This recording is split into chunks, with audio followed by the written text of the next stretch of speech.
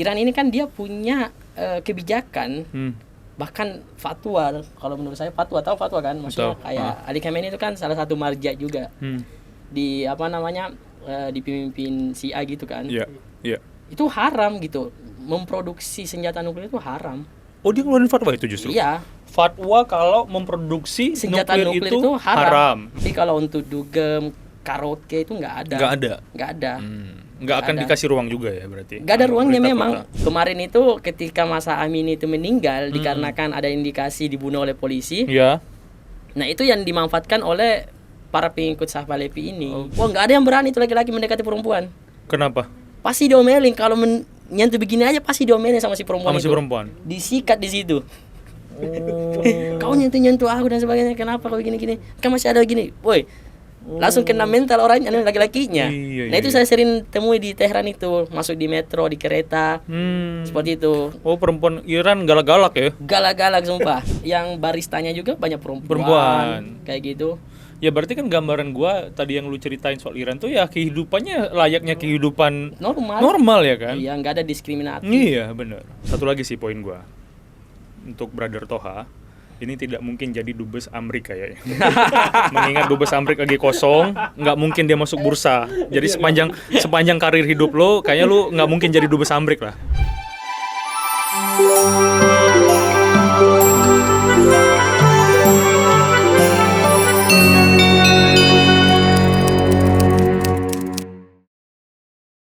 Jadi ada beberapa pemimpin negara yang memang sebenarnya suka perang.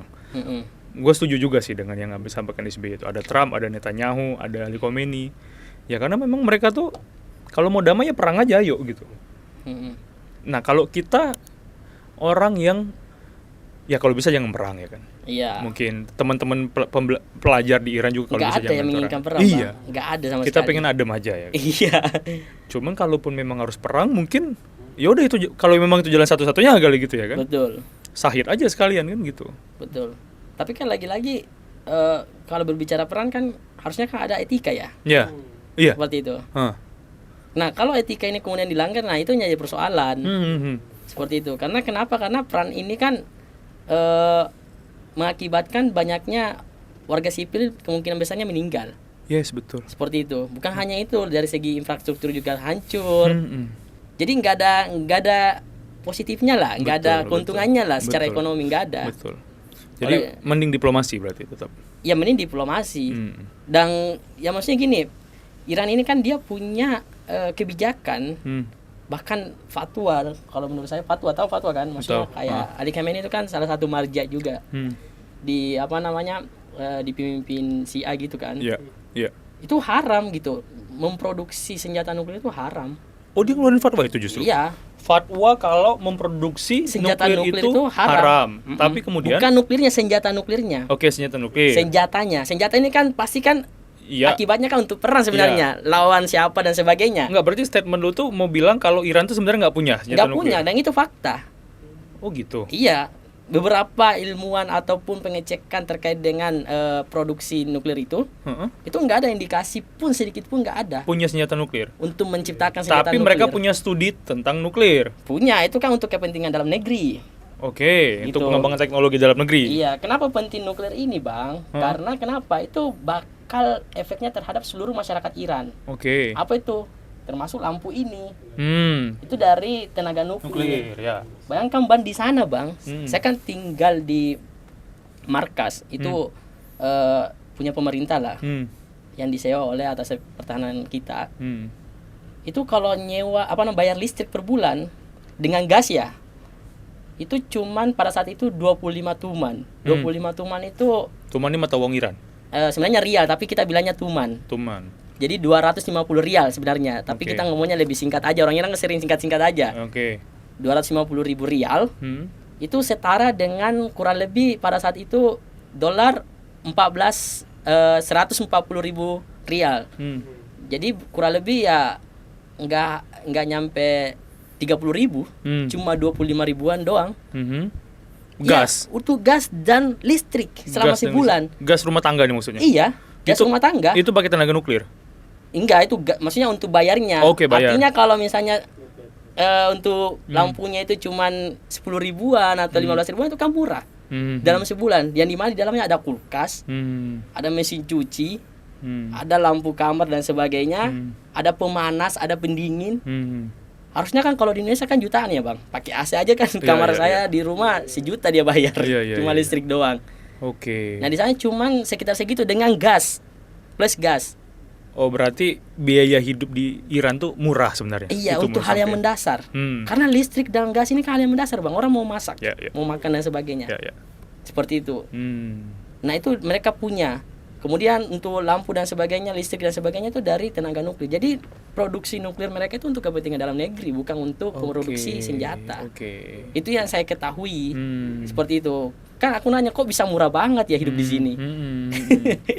Jadi kalau untuk sandang pangan dan papan itu seluruh masyarakat Iran itu udah selesai persoalan itu. Seperti itu. Oke. Ini salah satu insight menarik nih ya berarti. Iya, bayangkan bang di sana 4 musim ya bang. Ada musim panas, musim semi, musim gugur dan musim dingin. Musim dingin ada salju situ? Ada salju bang turun bang. Oh ada salju? Ada salju bang. Orang menganggap Timur Tengah itu nggak ada salju, ada di Iran ada bang. Seluruh negara ada, seluruh wilayahnya Iran itu ada. Ada salju? Ada salju, turun salju. Teheran juga ada? Teheran ada juga. Seperti itu. 4 musim. Nah itu kan kalau untuk, ya mau maaf ya, masyarakat bawah itu kedinginan berarti ya. Nggak punya apa dan sebagainya. Itu semua terakses semua bang. Jadi setiap rumahnya, setiap tempat tinggalnya itu udah ada semua itu bang, udah lengkap. Di-provide langsung oleh pemerintah. Wah, seperti itu. Berarti sebenarnya kualitas hidup di Iran tuh bagus ya? Bagus bang. Kualitas hidup ya? Benar. Dari sisi biaya. Tapi nggak bagus buat untuk kapitalis. Kenapa? Karena buat dia mau lebih kan? Ya betul. Karena keterbatasan, karena banyak undang-undang aturan, nggak bisa misalnya dugem dan sebagainya. Jadi stres dia. Kita mau masuk ke wilayah itu nih, kehidupan sosial budaya di Iran. Ente kan tinggalnya di Teheran. Teheran ini ibu kotanya Iran. Kalau saya nggak salah data itu warganya ada sekitar 7 juta. 7 juta. Berarti gambaran saya itu Teheran ini salah satu kota metropolitan dong. Iya, ibu kota. Kota besar, ramai. Seberapa ketat atau seberapa terbukanya kehidupan di Teheran, dalam artian apakah mindset di sana itu juga tetap eksklusif, misalnya untuk penggunaan hijab misalnya. Wajib hijab, atau kemudian tadi soal hiburan malam, apakah ada hiburan malam atau ya tempat-tempat entertain selayaknya kota metropolitan. Gimana kalau kota Teheran? Sejauh yang saya tinggal di sana itu nggak ada yang temui tempat-tempat hiburan malam. Kalau kafe-kafe banyak, tapi itu pun batasnya sampai jam 11 malam doang. Kafe-kafe ini maksudnya itu tempat makan lah ya? Iya, tempat makan, minum, kopi, dan sebagainya gitu ya. Nah, cuma sampai jam 11. Tapi kalau untuk dugem, karaoke itu nggak ada. Nggak akan dikasih ruang juga ya berarti? Nggak ada ruangnya memang. Nggak ada ruangnya. Saya nggak tahu kenapa nggak dikasih ruang. Mungkin karena bertentangan mungkin kali dengan aturan. Betul. Seperti itu. Terus kalau untuk kita mau buat acara nih di tempat kita itu juga istilahnya apa ya? Karena kan di sana kan orang tinggal rata-rata apartemen bang. Oh, flat ya? Iya. Jadi kalau misalnya kita di lantai 2, misalnya nyalain musik, itu terganggu atas bawah kan? Iya. Kalaupun di bawah terganggu yang di atas. Seperti itu. Berarti itu dilarang menyalakan musik. Jadi itu kayak kita aja yang yang peduli. Karena kalau enggak dia bakal datang negurin kita gitu. Berarti konser musik juga nggak ada dong? Nggak pernah ada di Teheran? Ada konser musik. Musik apa nih? Musik yang sebagaimana orang ada? Kayak pop gitu ada, tapi dialokasikan. Di satu gedung gitu. Konsernya di sana bukan kayak misalnya di lapangan, enggak bang. Dia duduk kayak nonton bioskop. Penyanyinya tuh singernya tuh dari Iran domestik gitu, nyanyi kayak teater aja. Kayak gitu. Jadi kita nonton konser itu kayak duduk gini, kayak nonton bioskop, beneran nonton bioskop atau teater di depan. Kayak gitu, terus nyanyi. Kemudian kita mau nyanyi aja atau berdiri sampai di sini udah.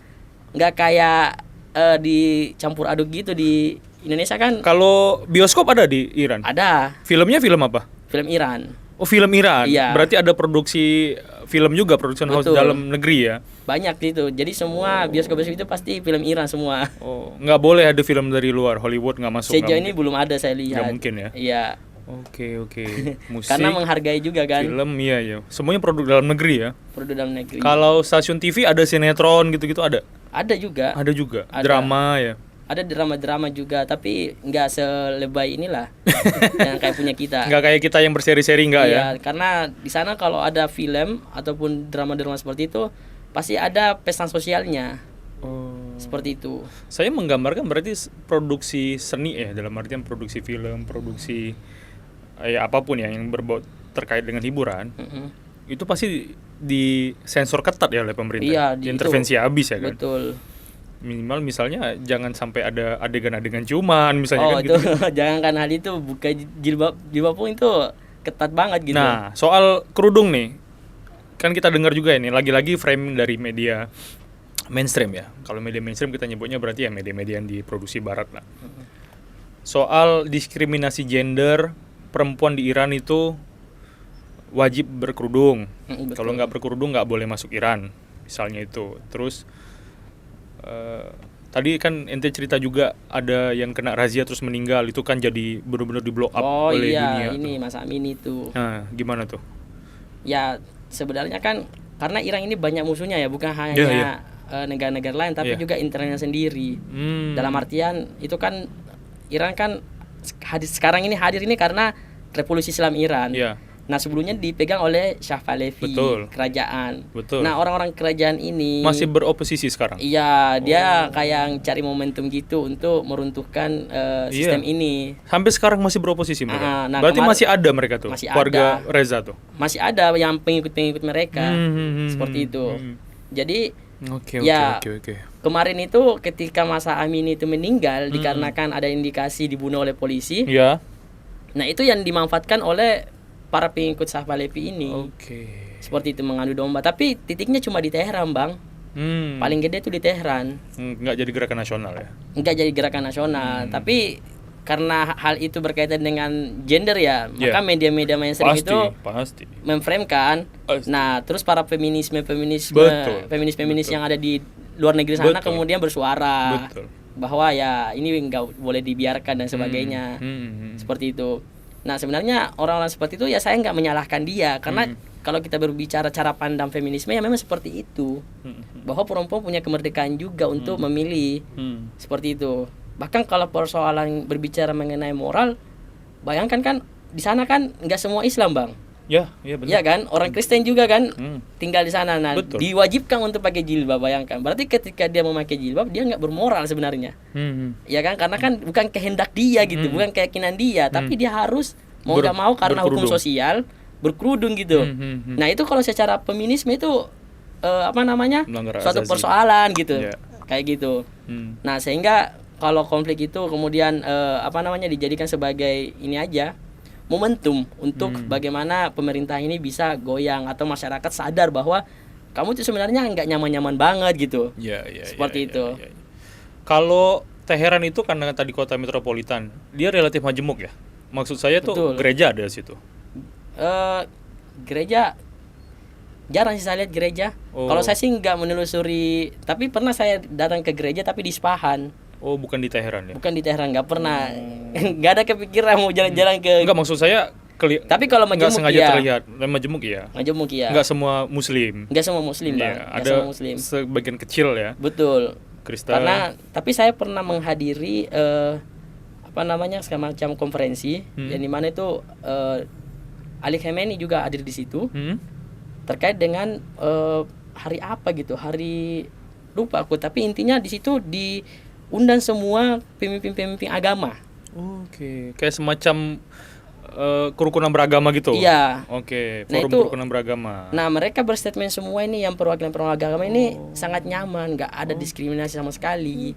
Seperti itu. Nah, yang itu-gitu nggak pernah di blow up media tuh kayaknya tuh. Ya enggak lah, karena kan iya, karena good news. Iya. Good news is bad news kalau bagi mereka. Ya. Seperti itu. Nah, mereka itu nggak ada sama sekali kayak semacam isu diapakan, dikucilkan, dibakar, apa yang nggak ada. Seperti itu. Jadi sangat-sangat rukun gitu. Hidup. Oke, menarik. Ada pertanyaan lo? Follow up. Soal diskriminasi perempuan tuh, sebenarnya ada nggak sih perempuan yang jaga warung apa segala macam? Soalnya gosip-gosip dari media barat kan bilang katanya perempuan bahkan dilarang bekerja apa segala macam, ekstrimnya kayak gitu. Sebenarnya ada nggak sih? Sopir angkutan umum gitu ya? Grab atau apa kayak gitu? Kalau di sana kan ada motor ya bang. Sejauh ini belum ada sih perempuan saya lihat naik motor. Sejauh ini. Karena iya Kalau naik mobil banyak nyetir banyak. yang nyetir. Kalau naik motor mobil. Tapi nggak ada. kalau motor belum ada saya lihat. Mungkin karena kesulitan kostum kali ya. Iya ya, Nggak fit ya kali. Kan dia kan kostumnya kan harus semacam gamis ya. Kayak gitu. ya. Nah itu sejauh ini belum ada yang saya lihat. Tapi kalau nyetir mobil udah banyak. Polisi ada yang perempuan. Polisi ada yang perempuan. Ada yang perempuan. Dia pakai hijab juga, cadar gitu. Iya. Tapi bukan cadar gini ya, tapi ya yang kayak aku bilang tadi itu. Iya. Kayak mukena gitu. Itu ada. Ada ya polisi. Syariat gitu. Kayak gitu. Ya logikanya polisi Jadi tetap harus bahkan ada perempuan. di kampus istri saya, di kampus saya juga ada yang posisi jabatannya itu kayak semacam wakil rektor itu perempuan. Jadi nggak ada itu isu yang nggak benar. Kan kalau di sana kan profesional bang. Iya. Maksudnya gini, ya kamu kalau misalnya punya bidang keilmuan yang bagus dan menguasai hal itu ya ditaruh di situ walaupun kamu gendermu perempuan gitu. Seperti itu nggak ngaruh. Berarti ruang emansipasi itu juga terbuka banget ya? Terbuka banget ya? Emansipasi. Oke. Nggak ada sama sekali diskriminasi sejauh yang saya lihat ya nggak ada. Bahkan di sana ya nggak boleh saya mengatakan matriarki ya. Tapi kalau dalam saya lihat ya ini di jalan-jalan aja. Laki-laki itu cenderung takut sama perempuan. Maksudnya gimana? Iya, misalnya nih kita nih mau lagi padat-padatnya kan biasa kan peluang untuk pelecehan itu kan besar ya. Iya. Wah nggak ada yang berani itu laki-laki mendekati perempuan. Kenapa? Pasti diomelin kalau nyentuh begini aja pasti diomelin sama si perempuan itu. Disikat di situ. Kau nyentuh aku dan sebagainya, kenapa kau gini-gini? Kan masih ada gini, woi. Langsung kena mental orangnya, laki-lakinya. Nah itu saya sering temui di Tehran itu, masuk di metro, di kereta, seperti itu. Oh perempuan Iran galak-galak ya? Galak-galak sumpah. Perempuan ras Arya galak-galak. Maksudnya galak-galaknya itu objektif, karena kan itu ya apa namanya ya berkaitan dengan kehormatannya kan. Betul. Walaupun itu cuma sentuhan apa gitu, tapi apa namanya dia tetap punya apa namanya pendirian lah. Sebagai perempuan bahwa dia harus dijaga dan sebagainya. Seperti itu. Ada nggak orang kita yang nikah sama orang Iran? Maksudnya konteksnya laki-laki orang Indonesia menikah. Ada. Ini yang evakuasi nikah sama orang Iran perempuan. Laki-laki. Orang Indonesianya laki-laki, perempuannya orang Iran. Dia bawa ya bininya itu ke sini. Sekaligus evakuasi. Berarti kan bangsa Arya itu Persi itu nggak begitu eksklusif juga ya urusan perjodohan, urusan pernikahan. Sebenarnya ketat juga sih bang mereka. Kalau di Tehran nggak tahu ya kalau di kota lain. Kalau di Tehran itu istilahnya apa ya? Kita kalau mau nikah sama orang Irannya, kita tuh harus punya rumah, punya mobil, kayak gitu. Syaratnya itu mereka itu punya rumah, punya mobil. Maharnya nggak jadi masalah? Ya maharnya banyak bang. Bisa jadi emasnya dia minta 100 gram. Buset. Tinggi bang. Seperti itu. Tapi entah kenapa teman ini bisa dapat ini, saya nggak ngerti juga karena kan dia orang ini datang, saya udah mau pulang jadi nggak sempat ngobrol sama dia lama. Nggak, berarti maksudnya agak sulit ya dapetin orang Iran tuh. Sulit dapat orang Iran. Kalau dari kita tapi kalau sebaliknya mudah. Sebaliknya nih maksudnya yang cewek Indonesia cowoknya Iran. Kan rata-rata kan kita kan lihat bule kan. Oh iya. Cepat banget gitu. Ras Parsi ya kan. Betul. Gue jadi ingat dulu guru agama SD gue dulu waktu kita masih kecil SD.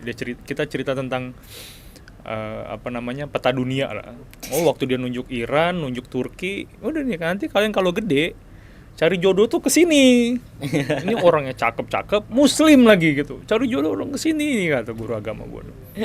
Memang bagus-bagus sih. Cantik-cantik memang, Bang. Memang cantik-cantik. Memang cantik-cantik. Kita tuh nggak mau pulang ke rumah gitu kalau bahasanya. Oh gitu ya? Iya, maksudnya nongkrong di luar aja.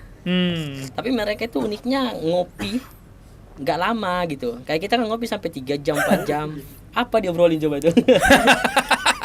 Tapi mereka itu literally minum kopi, habis pergi, kayak gitu. Oh justru nggak banyak dialektika ya di kafe mereka tuh? Kadang banyak. Ada, dia kan kadang sambil nyisa, tahu nyisa itu bang? Iya tahu.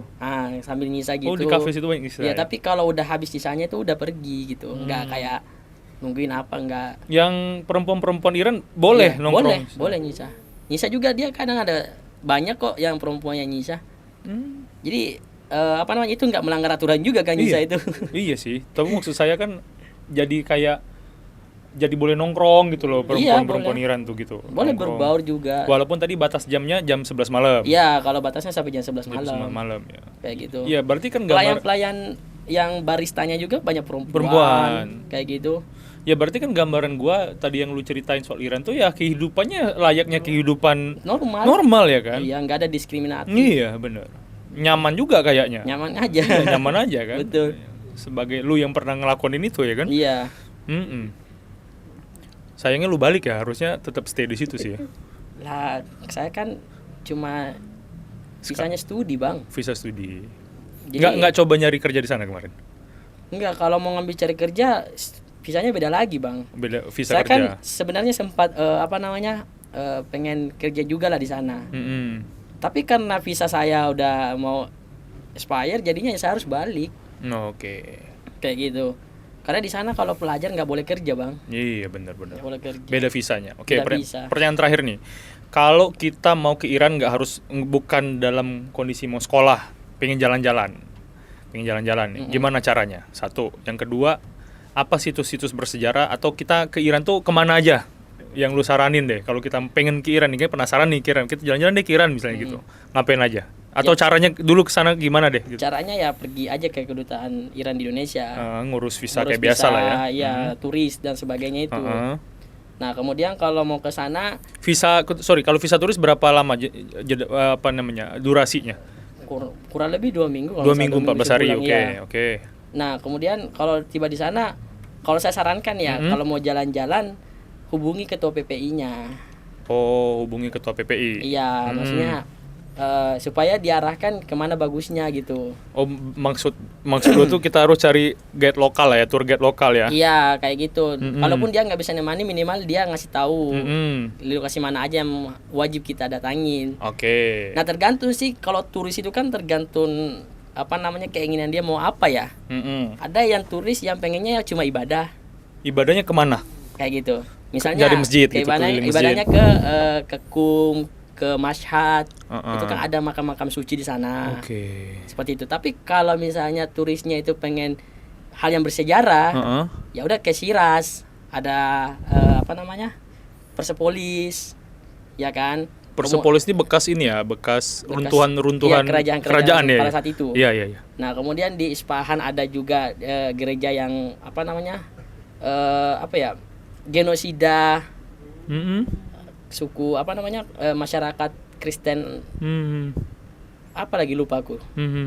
Pokoknya ada lah genosida yang terjadi pada saat itu ada makam di situ. Enggak, sejarahnya itu ditaruh di situ. Oh, di situ.